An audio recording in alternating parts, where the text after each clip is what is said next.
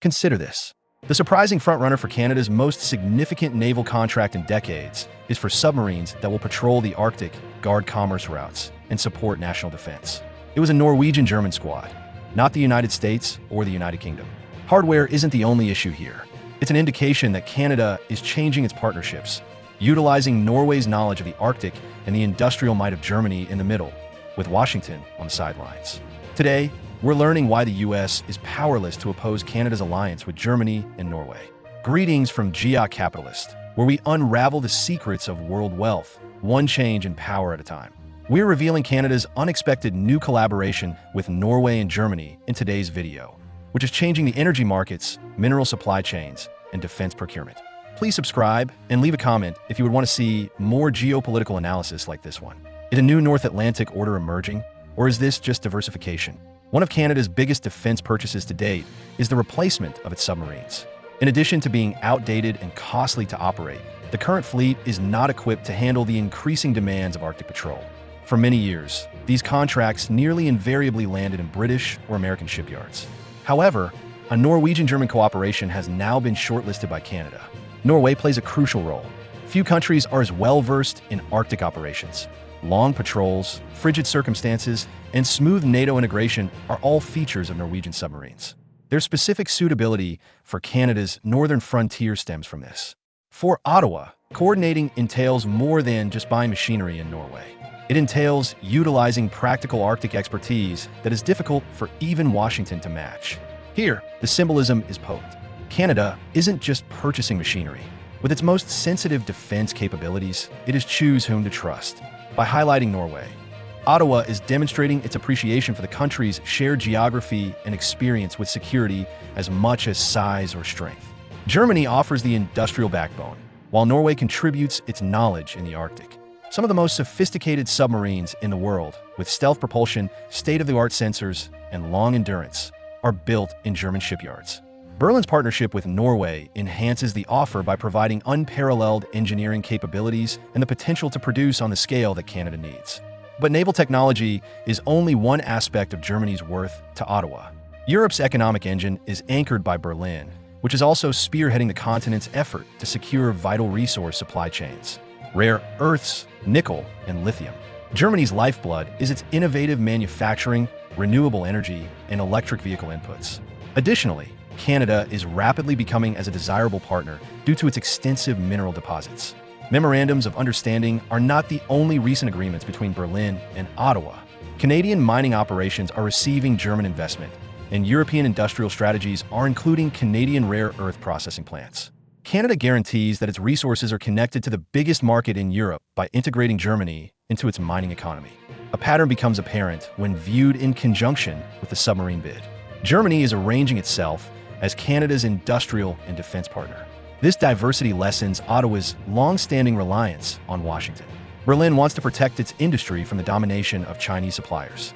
The Arctic is something that Canada and Norway have in common that the U.S. does not. Both countries are in charge of large northern regions where defense and sovereignty are complicated by lengthy distances and frigid waterways. Here, submarines are more than simply warships. They serve as deterrent, presence, and surveillance tactics. Canada can draw on a partner who has experienced these difficulties for many years by allying with Norway. Oslo has invested in ships that can withstand ice, silence, and endurance as part of its cold water operations-based naval strategy.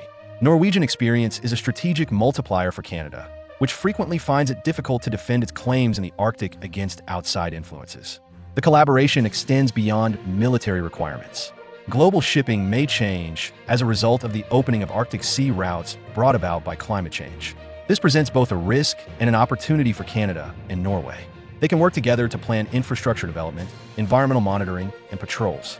By working together, NATO's northern flank is strengthened and the laws of the Arctic are established by transatlantic partners rather than adversaries like China or Russia. This development is complicated for Washington. While Ottawa defends them as internal, the United States insists on the right of passage in Canada's Arctic waters. Mark Carney, a former central banker and now political heavyweight, is at the forefront of Canada's pivot.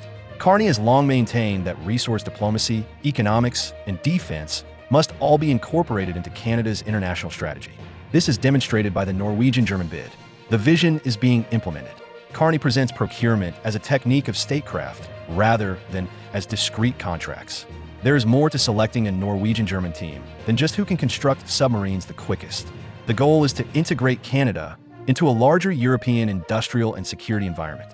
Carney's emphasis on essential minerals as the new oil is also reflected in this strategy. By connecting infrastructure, processing plants, and mining projects by making direct investments in security relationships, Canada is establishing a framework that unites industry, defense, and energy. That entails resource access for Germany. It means Arctic cooperation and energy cooperation for Norway. It means leverage and independence for Canada. This strategy's layering is what makes it so brilliant. Submarines have industrial offsets. European finance is included in mineral deals. Discussions over LNG include pledges for port and internet infrastructure. A web of dependency that is difficult to break is created when each strand supports the others. Carney's vision appeals to allies in Oslo and Berlin. It promises ambition and predictability. It is unnerving for Washington. A key component of this developing triangle is Canada's mineral richness. The businesses of the future require rare earths in Quebec, nickel in Manitoba, and lithium in Ontario. A large portion of Canada's produce went south to the U.S. for many years. However, Europe is increasingly acting as a direct partner, with Germany at the forefront. From exploration to processing and recycling, Ottawa and Berlin have agreements. German businesses, such as Arubis AG, are collaborating to create integrated supply chains for rare earth magnets with Canadian companies like Troilus Gold. Wind turbines, electric vehicles, and cutting-edge military systems are all powered by these parts. Incorporating Germany into its mining industry is a calculated decision for Canada. It connects Canadian projects to the biggest economy in Europe, guarantees long-term demand, and draws capital investment. Germany wants to lessen its reliance on Chinese suppliers, chains that control the market for rare earths. Norway gains indirectly, even if it is not a mining superpower. Resilient mineral supply chains are important to Oslo as part of Europe's renewable energy transition. Norway's position as an energy supplier is ultimately supported by Canadian resources that fuel German industry. It's the symbolism that counts. Canada no longer allocates all of its funds through Washington. Rather, it is establishing transatlantic routes that circumvent the U.S. gatekeepers. The balance of power is altered by that independence.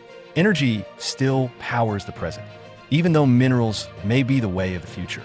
Norway is now the continent's leading natural gas provider as a result of Europe's rush to replace Russian gas. Canada is increasingly looking into methods to integrate, despite its export capacity limitations, into this lifeline of vitality. LNG swaps are one choice. By supplying Asia, Canada frees up U.S. and Norwegian gas for Europe. Another is infrastructure investment, whereby pipelines and ports in Canada may someday facilitate transatlantic trade. Both concepts show a change in Ottawa's perspective. Canada opposed direct energy exports to Europe for many years. Allies are now exerting pressure on and demand-driven opportunities. The discourse is evolving. Here, Norway is crucial. Its dependability as a source of energy has kept Europe stable during times of crisis. Canada's alliance with Oslo binds it to a reliable energy partner whose legitimacy is undeniable. The triangle is completed by Germany as the industrial consumer. The advantages for Ottawa are obvious. Vulnerability to trade conflicts is decreased by diversifying energy agreements outside of the U.S. Even though they take time to mobilize, Canada offers political stability and a wealth of reserves to Berlin and Oslo. Energy is a bond rather than merely a commodity. Gas keeps the lights on, minerals power the factories, and submarines protect the Arctic. This new triangle is unsettling for Washington. For many years, the United States believed that Canada would export resources, acquire defense equipment, and coordinate its policies with those in the South. American-sourced submarines, minerals that power American industry, and energy connected to American pipelines. That presumption is disproving itself today. A psychological threshold has been overcome by Canada by shortlisting a Norwegian-German offer. One of the most delicate areas of sovereignty is defense procurement. In a field that Washington has long controlled, looking outside of the U.S. for supplies is an act of independence. Combine it with energy swaps from Norway and mineral trades from Germany, and there is no denying the tendency. Canada is moving away from its dependency on the United States. There is no disloyalty here. Despite its independence, Canada is still a NATO member. It is being indicated by Ottawa that it will no longer be limited to one orbit. That is problematic for U.S. policymakers. What prevents other countries from establishing transatlantic supply connections if Canada can do so without American intervention? While some Washingtonians may brush this off as unimportant, others will recognize the precedent. Canada is demonstrating that even a nation with strong ties to the U.S. may find room for independence. This is just what Ottawa needs. The main idea: being independent does not imply leaving the U.S. It entails developing choices. Additionally, alternatives are power in geopolitics. The triangle of Canada, Norway, and Germany may change the North Atlantic in the future. Defense is bound by submarines. The minerals link industry. Economies are powered by energy connections. When combined, they create a strong bloc that extends from the Rhine to the Arctic. This strengthens NATO's integration. European interoperability would be improved by Canadian submarines that are in line with German technology and Norwegian experience. It guarantees energy and resource access without U.S. intervention. It solidifies Canada's position as a bridge across the Atlantic and more than just a junior partner. Both citizens and markets are affected. Energy terminals, mining projects, and defense contracts all present chances to investors. Communities benefit from infrastructure, employment, and the prestige that comes with being at the hub of international supply chains. The message for Washington is unmistakable. Canada is breaking free, not breaking apart. It is demonstrating that dependency on America does not equate to NATO devotion. That is a slight but significant distinction. If this explanation was helpful to you, check out our